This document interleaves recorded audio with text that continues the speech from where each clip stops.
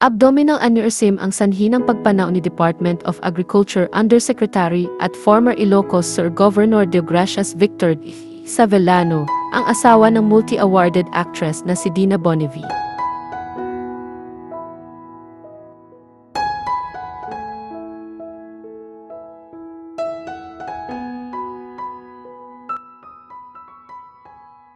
Dina Bonnevie nagsalita na tungkol sa biglaang pagpanaw ng kanyang asawa na si Deogracias Victor Savellano.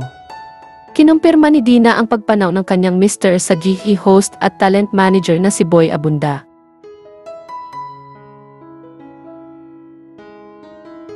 Nagkaroon ng pagkakataon ang dalawa na mag-usap sa telepono ilang minuto bago nag-umpisa ang live telecast ng programa ni Boy sa GTV7, ang sa Fast Talk with Boy Abunda.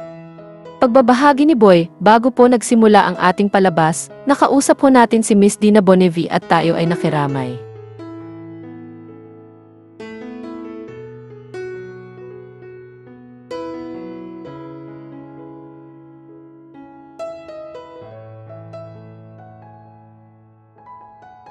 On behalf of the men and women of Fast Talk, kami ay taos-pusong nakikiramay sa pamilya ni I at Dina.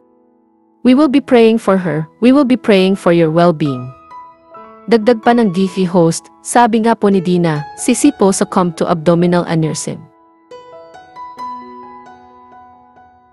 Naglabas na rin ng mensahe ng pamamaalam ang bunsong anak ni Savellano na si Marie Savellano Ocampo, na manugang ng dating aktres na si Princess Revilla.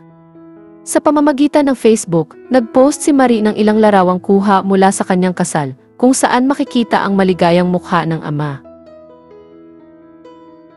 Kabilang din dito ang kuha kung saan isinasayaw siya ng ama. Mensahe ni Marie para sa pumanaw na ama.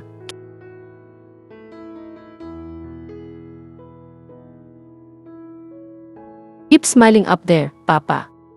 You will always be in my heart. I miss you so much and love you endlessly.